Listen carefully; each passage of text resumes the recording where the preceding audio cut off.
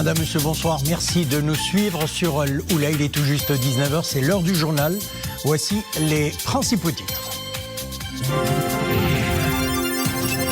Au Maroc, la vaccination bénéficie gratuitement à toutes et à tous, frontliners et personnes âgées de 60 ans et plus ou souffrant de maladies chroniques, qu'ils soient citoyens ou résidents étrangers.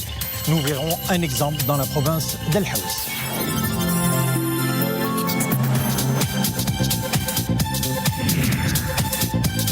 Des pluies plutôt régulières pour l'actuelle saison agricole.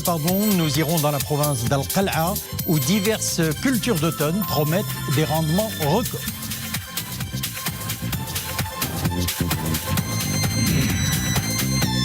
Et dans notre page artistique de ce soir, nous irons à la découverte collective dans la médiathèque de la mosquée Hassan II de Casablanca où des artistes plasticiens hommes rendent hommage à la femme marocaine à l'occasion de la Journée internationale des droits de la femme. Signature aujourd'hui du programme Pays ONU Habitat 2020-2023, un cadre stratégique qui oriente la coopération entre le programme onusien et le gouvernement marocain. Le programme a été signé par la directrice exécutive du programme des Nations Unies pour les établissements humains, ONU Habitat, qui a eu d'intenses entretiens cette journée à Rabat, des entretiens notamment avec le chef du gouvernement Saadi El-Othmani. À l'ordre du jour, la mise en œuvre du nouvel agenda urbain et des objectifs de développement durable au Maroc et dans le monde, mais aussi l'action de l'ONU Habitat au Maroc et les moyens d'application du programme onusien pour améliorer la qualité de vie des habitants. La directrice exécutive du programme des Nations Unies pour les établissements humains a eu également des entretiens avec le ministre des Affaires étrangères, de la coopération africaine et des Marocains résidant à l'étranger, Nasser Bourita, et plus tôt dans la matinée avec la ministre de l'Aménagement du territoire national, de l'urbanisme, de l'habitat et de la politique de la ville, Nouza Bouchareb. Et c'est avant-hier, lundi, que le bureau national de l'ONU Habitat au Maroc a été ouvert au siège du ministère de l'Aménagement du territoire national, de l'urbanisme, de l'habitat et de la politique de la ville. L'opération de vaccination se poursuit et englobe toutes les catégories des habitants bénéficiaires dans cette phase, y compris, bien évidemment, les résidents étrangers. La campagne est gratuite pour toutes et tous. L'exemple dans la province d'El Haouz, le reportage est signé Amina Allam, Mu'tasim Billah El-Bouazaoui. Le commentaire est signé Iman Ablou. Français d'origine, marocain de cœur, ces ressortissants résidant à El Haouz affluent vers le centre de santé de Tamslouht. Certains en sont à leur première injection, d'autres ont rebroussé chemin pour la deuxième. La vaccination profite à tout le monde, les bénéficiaires en sont ravis et même impressionnés par la qualité des prestations. On est venu ici et franchement, l'accueil, j'ai même appelé le Mokadem le lendemain pour lui dire que c'était vraiment top, mieux qu'en France. Je vis au Maroc depuis 2013, je suis résident depuis 5 ans. Et j'ai été vacciné donc la première dose le 20 février dernier. Et j'aurai la deuxième dose le 20 mars prochain. Et je dois dire que c'est très bien. Et ce qui m'a étonné le plus, c'est qu'ils sont venus à ma porte frapper. Le Mokadem est venu pour me dire « Madame Prévost, il faudra venir à Tamslouht vous faire vacciner ». Une organisation minutieuse, un accueil personnalisé. La campagne se déroule dans des conditions optimales avec l'objectif d'atteindre l'immunité collective, gage d'un retour à la vie normale à laquelle tout le monde aspire. Et c'est ma seconde injection aujourd'hui et c'est très très bien organisé. Félicitations aux organisateurs. Le centre de vaccination de Tamslouht enregistre une forte affluence des résidents qui résident dans la commune. Nous en sommes à 57 bénéficiaires et au niveau de la province, ils sont pas moins de 150 à ce jour. Le nombre des étrangers résidant dans le royaume est d'un peu plus de 84 000, une proportion de 0,25% de l'ensemble de la population marocaine. Les Européens arrivent en tête avec 40%. Et partout au Maroc, la campagne de vaccination se poursuit. 4 80 009 personnes ont reçu leur deuxième dose, pendant que 854 274 ont reçu leur première injection. Et puis, concernant la situation épidémiologique, 453 nouveaux cas confirmés, 10 décès à déplorer et 530 nouvelles rémissions. Les cas sévères ou critiques s'élèvent à 406. 23 sont sous intubation et 251 autres personnes sont sous ventilation non invasive. Les énormes efforts déployés par le Maroc pour contrecarrer la pandémie, expliqués dans la nouvelle publication de Tariq Sqalli Husseini, professeur à la faculté de médecine et de pharmacie de Fès, Covid-19 entre optimisme et objectivité. L'ouvrage résume cette année une année exceptionnelle sur tous les plans et constitue un hommage au personnel soignant engagé dans la lutte contre la Covid-19 et à tous ceux qui ont perdu la vie sur le front de la pandémie. Édité par l'université Sidi Mohamed Ben Abdallah de Fès, le livre est une compilation des 2 chroniques de l'auteur, optimiste mais non téméraire et en toute objectivité, qui se sont succédés dans le temps avec plusieurs publications étalées sur l'année 2020. L'ouvrage traite notamment des fluctuations passées de la courbe de la situation épidémiologique sur toute une année. Nous avons justement en direct avec nous depuis Fès et par Skype le professeur Tariq Sqalli Husseini. Bonsoir, vous êtes auteur de ce nouvel ouvrage, Covid-19 entre optimisme et objectivité. Et vous êtes chef du service de nephrologie au CHU Mohamed VI de Fès. Alors, professeur, quel regard portez-vous tout d'abord aujourd'hui sur la situation épidémiologique actuelle? Merci. La situation épidémiologique, comme vous avez pu le noter, est de loin meilleure à ce qu'elle n'a été il y a quelques semaines. Et là, c'est le côté optimiste. La moitié est pleine du verre, mais il faut aussi rester prudent. L'optimisme doit rester prudent puisque nous ne sommes pas encore sortis de l'auberge et il faut rester vigilant. Parmi les chiffres qu'on peut citer aussi, c'est qu'il y a 200 personnes qui sont rentrées en réanimation au cours des 4 derniers jours et qu'il y a 22 morts au cours des dernières 48 heures. Ces chiffres dépassent ceux notés les 3 dernières semaines. Et donc, il faut rester vigilant, notamment parce qu'il y a des variations qui peuvent être notées, notamment à cause des variants qu'on peut noter. Donc, restons vigilants, mais beaucoup de choses sont faites pour qu'on soit optimiste. Alors, justement, professeur, êtes-vous optimiste pour cette année 2021 et comment justifieriez-vous cet optimisme? Je suis optimiste de nature, donc oui, je suis optimiste. Je justifierai l'optimisme par justement les efforts fournis. Le Maroc a vacciné plus de 4 millions de personnes qui ont reçu la première dose. C'est très important. Juste pour comparer aux autres pays, parmi les pays de plus de 20 millions d'habitants, donc comparables aux nôtres, nous sommes le 3e pays à avoir dépassé les 10% de personnes ayant reçu la première dose de vaccin. Et ce, après le Royaume-Uni et les États-Unis. C'est vous dire la place qu'a le Maroc dans ce processus de vaccination. Mais si on veut rester prudent, on est à 40 jours de la campagne de vaccination marocaine. On a vacciné 4 millions de personnes. Ça veut dire qu'on est à un rythme ou une moyenne de 100 000 par jour. Ça voudrait dire que pour atteindre l'immunité collective, il nous faut toute une année si on n'accélère pas. Le Maroc a les moyens d'accélérer, mais encore faut-il avoir le vaccin.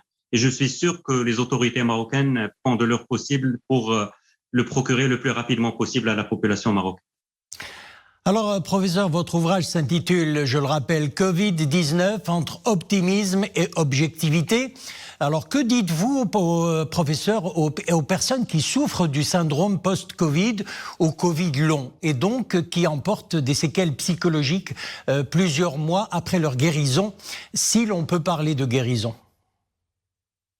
Oui, avec la Covid, tout est nouveau. Donc, on a appris qu'il y avait le virus, comment il fonctionne, comment préparer un vaccin, comment le faire rapidement. Et donc là, on a commencé à parler du Covid lent et les séquelles de la Covid.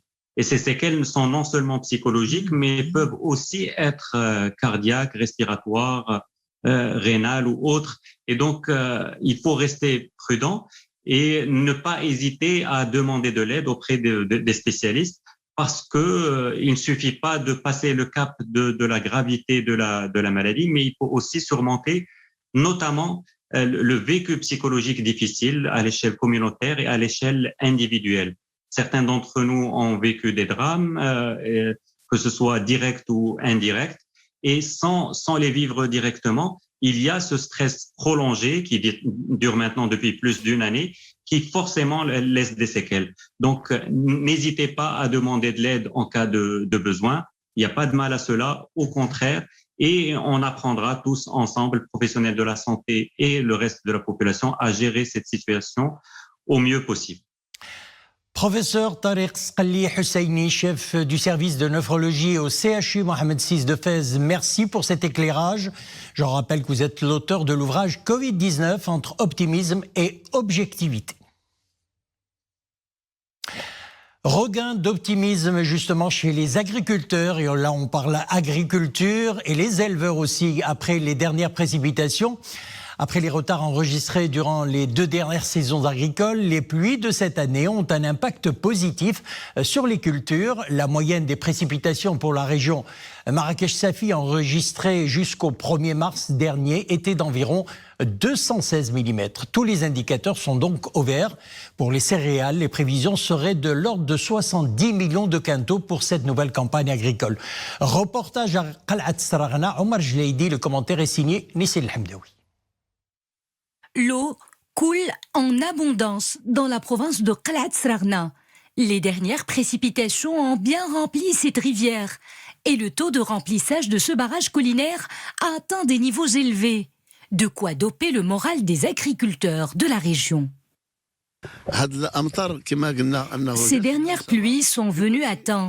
Elles sont bénéfiques pour tout type de céréales. Et avec des barrages bien remplis, même l'arboriculture retrouvera des couleurs. Ce mois de mars, tout le monde va constater de visu l'impact des précipitations sur l'ensemble des plantations. Dieu soit loué, cette année est exceptionnelle au regard des pluies bienfaitrices qui se sont abattues sur la région. La nappe phréatique est bien alimentée, les puits aussi.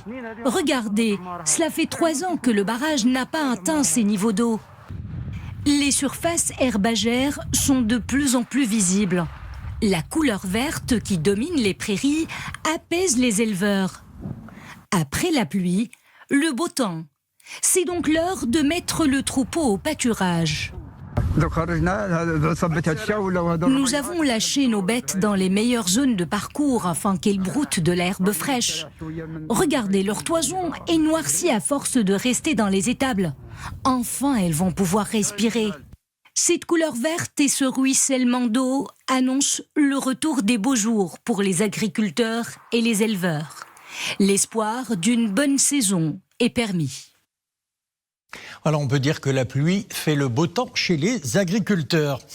En commémoration de la Journée internationale des droits de la femme, focus ce soir sur la femme entrepreneur dans un monde post-Covid. De nouveaux défis s'imposent à ces dirigeantes d'entreprise.